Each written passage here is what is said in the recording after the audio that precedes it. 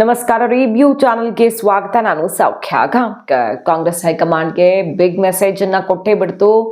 DK Shivakumar ಅವರ team ವಿದೇಶಕ್ಕೆ ಶಾಸಕರು ಹಾರಿದ್ದಾರೆ. 11 ಜನ ಮತ್ತೆ ಪ್ಲಸ್ 20 ಜನ ಹೋಗ್ತಾರಾ ಅನ್ನೋ ತರ ಇದೆ. ಈ ಹೊತ್ತಲ್ಲಿ DK ಶಿವಕುಮಾರ್ ಅವರ ಟೀಮ್ ಅತಿ ದೊಡ್ಡ ನಿರ್ಧಾರವನ್ನು ಪ್ರಕಟಿಸಿದೆ. ಹೈಕಮಾಂಡ್ಗೆ ನೇರ ಡೀಟೇಲ್ಸ್ ಇಡ್ತಾ ಹೋಗ್ತೀವಿ. ಮಿಸ್ ಮಾಡಿದ್ರೆ ನಮ್ಮ ಚಾನಲ್ನ ಸಬ್ಸ್ಕ್ರೈಬ್ ಮಾಡಿ, ನಿಮ್ಮ ಅಭಿಪ್ರಾಯ ಕಮೆಂಟ್ ಮಾಡಿ ತಿಳಿಸಿ. ಎಸ್ ವೀಕ್ಷಕರೇ, ಸರ್ಕಾರ ಶೇಕ್ ಆಗತ್ತಾ ಅನ್ನುವಂಥ ಬೆಳವಣಿಗೆ. ಯಾಕಂದ್ರೆ 11 ಜನ ಶಾಸಕರು ಹಾರಿದ್ರು, 30 ಜನ ಹೋಗಬೇಕಿತ್ತು. ಬಟ್ DK ಶಿವಕುಮಾರ್ ಅವರ ಸ್ಟೇಟ್ಮೆಂಟು ಅಧ್ಯಕ್ಷರ ಗಮನಕ್ಕೆ ಬಂದಿಲ್ಲ. ಇದು ಹೈಕಮಾಂಡ್ ಸೂಚನೆ ಎಲ್ಲ ಸ್ವಲ್ಪ ಜನ ಹಿಂದೇಟ್ ಹಾಕೋ ರೀತಿ ಮಾಡ್ತು. ಬಟ್ ಕೆಲವರಂತೂ ಅದೇನಾಗತ್ತೋ ಆಗ್ಲಿ ಅನ್ನೋ ತರ ವಿದೇಶಕ್ಕೆ ಹಾರಿದ್ದಾರೆ. ಮತ್ತಿದು ಪೊಲಿಟಿಕಲ್ ಟ್ರಿಪ್ ಅಂತಾನೆ ಹೇಳಲಾಗ್ತಿರೋದು. ಪೊಲಿಟಿಕಲ್ ಪಿಕ್ನಿಕ್ ಸರ್ಕಾರಕ್ಕೆ ಥ್ರೆಟ್ ಆಗತ್ತಾ, ಸಿದ್ದರಾಮಯ್ಯನವರೇ ಸ್ಪಾನ್ಸರ್ ಮಾಡಿದ್ದಾರೆ ಅನ್ನೋ ತರದ ಟೋನು ಈಗ ಅವರ ವಿರೋಧಿ ಬಣದಿಂದ ಬರ್ತಿದೆ. ಮಾಗಡಿ ಬಾಲಕೃಷ್ಣ ಅವರೆಲ್ಲ ಏನಂದ್ರು, ಅವರದ್ದೇ ಒಂದು ಟೀಮು, ನಮ್ದೇ ಬೇರೆ ಟೀಮು, ಸೊ ಅಲ್ಲಿ ಟೀಮು ಸಪರೇಟ್ ಆಗಿದೆ ಅನ್ನೋದನ್ನ ಸ್ಪಷ್ಟವಾಗಿ ಹೇಳಿದ್ರು. ಈಗ ನೋಡಿ DK ಟೀಮ್ ಏನ್ ಮಾಡ್ತಾ ಇದೆ ಅಂತ. ಇದು ಒಳ್ಳೆ ಬೆಳವಣಿಗೆ ಅಲ್ಲ ಅಂತ ಖರ್ಗೆ ಅವ್ರು ನೇರ ಹೇಳಿದ್ದಾರೆ. ಲೋಕಲ್ ಅಲ್ಲಿ ಡಿಸೈಡ್ ಆಗುತ್ತೆ, ಬಟ್ ಒಳ್ಳೇದಲ್ಲ ಇವ್ರು ಈ ಒಂದು ಪ್ರವಾಸ, ವಿದೇಶಕ್ಕೆಲ್ಲ ಹೋಗ್ತಾ ಇರೋದು ಈ ತರ ಎಲ್ಲ ಪದೇ ಅಂತ. ಆ ಕಡೆ ಹೈಕಮಾಂಡ್ ಮಾನಿಟರ್ ಮಾಡ್ತಿದೆ, ಇವ್ರು ಎಲ್ಲಿ ಹೋಗಿದ್ದಾರೆ ಏನು ಎತ್ತ ಅಂತ ತನ್ನದೇ ಸೋರ್ಸ್ ಇಂದ ಶಾಸಕರು ವಿದೇಶಕ್ಕೆ ಹಾರದವರ ಕ್ಷಣದ ಮಾಹಿತಿಯನ್ನ ಪಡ್ಕೊಳ್ತಾ ಇದೆ. DK ಶಿವಕುಮಾರ್ ಅವರು ಕೂಡ ಸಪರೇಟ್ ಆಗಿ ತನ್ನ ಮೂಲದಿಂದ ಮಾಹಿತಿಯನ್ನ ಪಡ್ಕೊಳ್ತಿದ್ದಾರೆ. ಯಾಕಂದ್ರೆ ಏನಾಗಬಹುದು ಅನ್ನೋದೊಂದು ಆತಂಕ ಹುಟ್ಟಿಸೋ ಬೆಳವಣಿಗೆ. ಅಂದ್ರೆ DK ಶಿವಕುಮಾರ್ ಅವ್ರಿಗೆ ಈಗ ಬಜೆಟ್ ಆದ ಮೇಲೆ CM ಕುರ್ಚಿ ಕೊಡ್ತಾರೆ ಅನ್ನುವ ದಟ್ಟ ಸುಳಿವು ಸಿಕ್ಕ ಮೇಲೇನೆ ಈ ರೀತಿಯದ್ದೊಂದು ಪ್ರವಾಸ, ಸಿದ್ದು ಟೀಮಿಂದ ವಿದೇಶಕ್ಕೆ ಹಾರುವಂತಹ ಕೆಲಸ ಶುರುವಾಗಿರೋದು.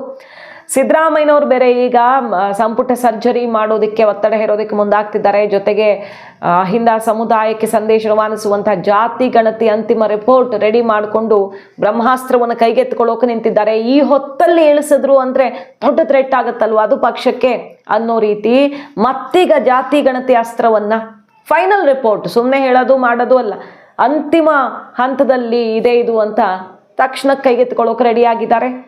ಸೊ ಸಿದ್ದರಾಮಯ್ಯನವ್ರಿಗೆ ಹೆಂಗಿದೆ ಟೆನ್ಷನ್ ಅಂದ್ರೆ, ಈಗ ಮಾಡು ಇಲ್ಲವೇ ಮಾಡಿ.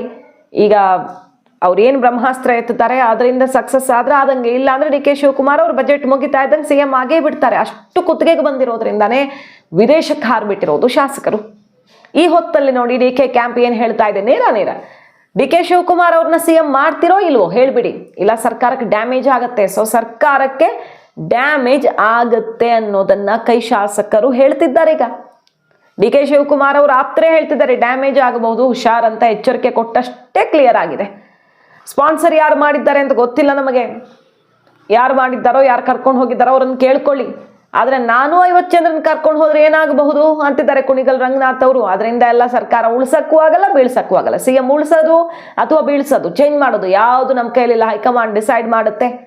ನಾನು ಕರ್ಕೊಂಡು ಹೋದ್ರೂ ಆಗಲ್ಲ, ನಾನಿಲ್ಲಿ ಉಳ್ಕೊಂಡಿದ್ರೂ ಆಗಲ್ಲ ಅನ್ನುವ ಮೂಲಕ ಕರ್ಕೊಂಡು ಹೋಗೋದಾದ್ರೆ ನಾವು ಕರ್ಕೊಂಡು ಹೋಗಬಲ್ಲೆವು, ರೆಡಿ ಇದ್ದೀವಿ ಅನ್ನೋ ಮೆಸೇಜ್ ಅನ್ನು ಕೊಟ್ಟಿದ್ದಾರೆ. ಸೊ DK ಬಣದ ನೇರ ಸಂದೇಶ, ಸಿದ್ದರಾಮಯ್ಯನವ್ರನ್ನ ಇಳಿಸಿ DKನ CM ಮಾಡ್ತಿರೋ ಇಲ್ವೋ ತಿಳಿಸ್ಬಿಡಿ. ತಿಳಿಸಿದ್ರೆ ನಾವು ಮುಂದಿನ ನಿರ್ಧಾರ ಮಾಡ್ಕೊಳ್ತೀವಿ ಅನ್ನೋ ರೀತಿ ಡೈರೆಕ್ಟ್ ಹಿಟ್ ಈ ಸಲ. ಮಾಡ್ತಿರೋ ಇಲ್ವೋ ಹೇಳದಿದ್ರೆ ಪಕ್ಷಕ್ಕೆ ಡ್ಯಾಮೇಜ್ ಆಗುತ್ತೆ ಅನ್ನುವ ಘೋಷಣೆಯನ್ನ ಮೊಳಗಿಸುವ ಮೂಲಕ ಚಟುವಟಿಕೆಗಳು ಗರಿಗೆದರಿವೆ. ಕಾಂಗ್ರೆಸ್ನ ಒಳಗಡೆ DK ಶಿವಕುಮಾರ್ ಅವರು ರೆಸಾರ್ಟ್ಗೆ ಶಿಫ್ಟ್ ಮಾಡೋಕ್ಕಿಂತ ಮುಂಚೆನೆ ಸಿದ್ದು ಬಣ ವಿದೇಶಕ್ಕೆ ಹಾರಿರೋದೇ ಇಂಟ್ರೆಸ್ಟಿಂಗ್. ಸ್ಪಾನ್ಸರ್ ಮಾಡಿ ಕಳಿಸಿರ್ಲಿ, ಅವರೇ ದುಡ್ಡು ಹಾಕೊಂಡು ಹೋಗಿರ್ಲಿ, ಕದ್ದೋಗಿರ್ಲಿ, ಧೈರ್ಯವಾಗಿ ಹೋಗಿರ್ಲಿ, ಫಾರಿನಲ್ಲಿ ಕೂತ್ಕೊಂಡು ಟೂರ್ ಹೊಡೆದ್ಬಿಟ್ಟು ಬಂದಿದ ತಕ್ಷಣ ಯಾರನ್ನೇ ಮುಖ್ಯಮಂತ್ರಿನ ಇಳಿಸೋಕ್ಕಾಗಲ್ಲ, ಇಲ್ಲ ಸರ್ಕಾರನ ಬದಲಾವಣೆ ಮಾಡೋಕ್ಕಾಗಲ್ಲ. ಇದೇನಿದ್ರು ಕಾಂಗ್ರೆಸ್ ಹೈಕಮಾಂಡ್ DK ಶಿವಕುಮಾರ್ ಸಾಹೇಬರು ಸಿದ್ದರಾಮಯ್ಯ ಸಾಹೇಬ್ರಿಗೆ ಆಗಿರುವಂಥ ಮಾತುಕತೆ. ಅದರಲ್ಲಿ ರವಿಕುಮಾರ್ 50 ಜನನ ಕರ್ಕೊಂಡು ಹೋಗಿದ ತಕ್ಷಣ ಸರ್ಕಾರ ಚೇಂಜ್ ಮಾಡಿ ಮುಖ್ಯಮಂತ್ರಿ ಚೇಂಜ್ ಮಾಡೋಕ್ಕಾಗಲ್ಲ. ನಾನು ಕರ್ಕೊಂಡು ಹೋಗಲಿಲ್ಲ, ಇಲ್ಲೇ ಬೆಂಗಳೂರಲ್ಲಿ ಮಂಡ್ಯದಲ್ಲಿದ್ದೀನಿ ಅಂದಿದ ತಕ್ಷಣ ನಾನು ಚೇಂಜ್ ಮಾಡೋಕ್ಕಾಗಲ್ಲ. ಅದೆಲ್ಲ ಹೈಕಮಾಂಡ್ ಸೂಕ್ತ ಕಾಲದಲ್ಲಿ ಸೂಕ್ತ ನಿರ್ಧಾರವನ್ನು ಮಾಡುತ್ತೆ.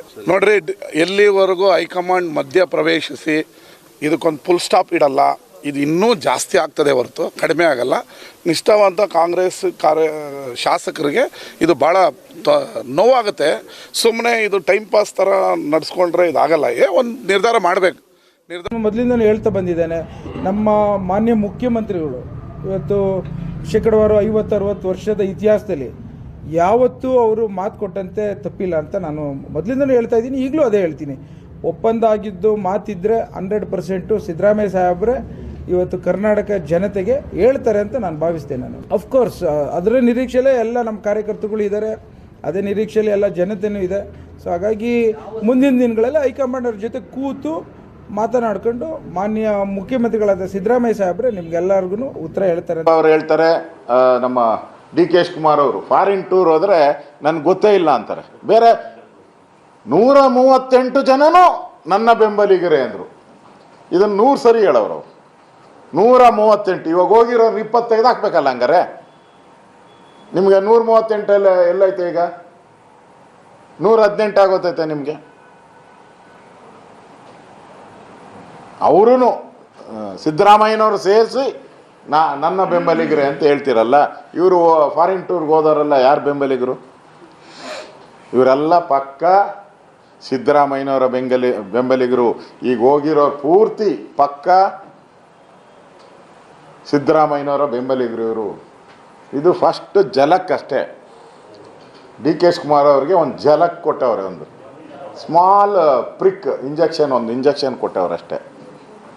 ಇದಕ್ಕೆ ಸರಿ ಹೋಗಲಿಲ್ಲ ಅಂತ ಹೇಳಿದ್ರೆ ಇನ್ನು ಕಂಟಿನ್ಯೂಸ್ ಎಲ್ಲ ಫ್ಲೋ ಎಲ್ಲ ಫಾರಿನ್ನಾಗೆ ಹೊರಟೋಗ್ತಾರೆ, ಫಾರಿನ್ ಟೂರೇ ಹೋಗ್ತಾರೆ. ಮತ್ತು ಒಪ್ಪಂದ ಆಗಿಲ್ಲ ಅಸೆಂಬ್ಲಿಯಲ್ಲೇ ಹೇಳಿದ್ರು ನನಗೆ. ನನ್ನ ಪ್ರಶ್ನೆಗೆ ವಿಧಾನಸಭಾ ಅಧಿವೇಶನದಲ್ಲಿ ಬೆಳಗಾವಿಯಲ್ಲಿ ನಾನು ಕೇಳಿದೆ, ನೀವು ಪರ್ಮನೆಂಟಾ ಅಂತ ಹೇಳಿದೆ. ನಾನೇ ಒಪ್ಪಂದ ಆಗಿದ್ರೆ ಎಲ್ಲಿವರೆಗೂ ಒಪ್ಪಂದ ಆಗಿದೆ? 6 ತಿಂಗಳಾಗಿದೆಯಾ, ವರ್ಷ ಆಗಿದೆಯಾ, 3 ವರ್ಷ ಆಗಿದೆಯಾ ಹೇಳಿ. ರಾಜ್ಯದ ಜನತೆಗೆ, ನಿಮ್ಮನ್ನು ಆಯ್ಕೆ ಮಾಡಿದ ಜನತೆಗೆ ಗೊತ್ತಾಗಬೇಕಿದು. ಒಬ್ಬ ಮುಖ್ಯಮಂತ್ರಿ ಇಲ್ಲ ಅಂತಾರೆ, ಉಪಮುಖ್ಯಮಂತ್ರಿ ಇದೆ ಅಂತಾರೆ. ಇನ್ನು ಮಹದೇವಪ್ಪನವರು ಬಾಲನೇ ನಾಯಿ ಆಡಿಸ್ತಾ ಐತೆ ಅಂತಾರೆ. ಹಂಗಾರೆ ನಾಯಿ ಯಾರು, ನಾಯಿ ಬಾಲ ಯಾರು? ಅಂದರೆ ಬಾಲಗಳು ಯಾರು? ನಾಯಿ ಬಾಲಗಳು ಅಂದರೆ ಕಾಂಗ್ರೆಸ್ ಪಾರ್ಟಿಯಲ್ಲಿ ನಾಯಿ ಬಾಲಗಳು ಜಾಸ್ತಿ ಇದೆ ಅಂತ ಅರ್ಥ. ಮಹದೇವಪ್ಪನವರು ಎಲ್ಲಿಗೆ ಬಂದ್ಬಿಡ್ತು ರಾಜಕಾರಣ? ಪವಿತ್ರವಾದಂಥ ವಿಧಾನಸೌಧ ಇವತ್ತು ಕಾಂಗ್ರೆಸ್ ಪಾರ್ಟಿಯಲ್ಲಿ ಇರುವಂಥ ಒಳಜಗಳಕ್ಕೆ ಕಾಂಗ್ರೆಸ್ ಪಾರ್ಟಿ MLAಗಳನ್ನು ನಾಯಿ ಬಾಲಕ್ಕೆ, ಬೀದಿ ನಾಯಿ, ಆಮೇಲೆ ನಿಯತ್ತಿನ ನಾಯಿ, ಸದ್ಯಕ್ಕೆ ಪುಣ್ಯಕ್ಕೆ ಹುಚ್ಚು ನಾಯಿ ಅಂತ ಹೇಳಿಲ್ಲ. ಪುಣ್ಯಕ್ಕೆ ಅದು ಅವ್ರದ್ದೇ ಸ್ಟೇಟ್ಮೆಂಟ್, ನಂದಲ್ಲ ಅದು. ಡಿ ಕೆ ಶಿವಕುಮಾರ್ ಅವರು ಇನ್ನೇನು ಮಾಡೇ ಬಿಡ್ತಾರೆ, ಶಿಫ್ಟ್ ಮಾಡ್ತಾರೆ ಅಂತ ಸುದ್ದಿ ಕೇಳಿ ಬಂತು. ಯಾಕಂದ್ರೆ ರೆಸಾರ್ಟ್ ರೂಮ್ಗಳು 50 ರೂಮ್ ಬುಕ್ ಆಗಿದೆ ಅಂತ. ಆದರೆ ಹೈಕಮಾಂಡ್ ಯಾವಾಗ ಅಭಯ ಕೊಟ್ಟು ಕಳಿಸ್ತಲ್ವಾ, ಸದ್ಯದಲ್ಲಿ ಅತ್ಯಂತ ತ್ವರಿತಗತಿಯಲ್ಲಿ ಇತ್ಯರ್ಥ ಮಾಡ್ತೀವಿ ಅಂತ ಆಗ ಸೈಲೆಂಟ್ ಆದರೂ ರೆಸಾರ್ಟ್ ಬಾಗಿಲನ್ನು ಸದ್ಯಕ್ಕೆ ಮುಚ್ಚಿಟ್ಟಿದ್ದಾರೆ. ಹಾಗಾಗಿ ಇದು ಬದಲಾವಣೆಯ ಸಮಯ ಬಂದೇ ಬಿಡ್ತಲ್ಲ ಅಂತ ಈಗ ಸಿಡಿದೆದ್ದ ಸಿದ್ದು ಬಣ ವಿದೇಶಕ್ಕೆ ಹಾರಿರೋದು ಹೈಕಮಾಂಡ್ ಸಂಪೂರ್ಣ ಮಾಹಿತಿಯನ್ನ ಕಲೆ ಹಾಕ್ತಿದೆ ಈ ಬೆಳವಣಿಗೆ ಬಗ್ಗೆ.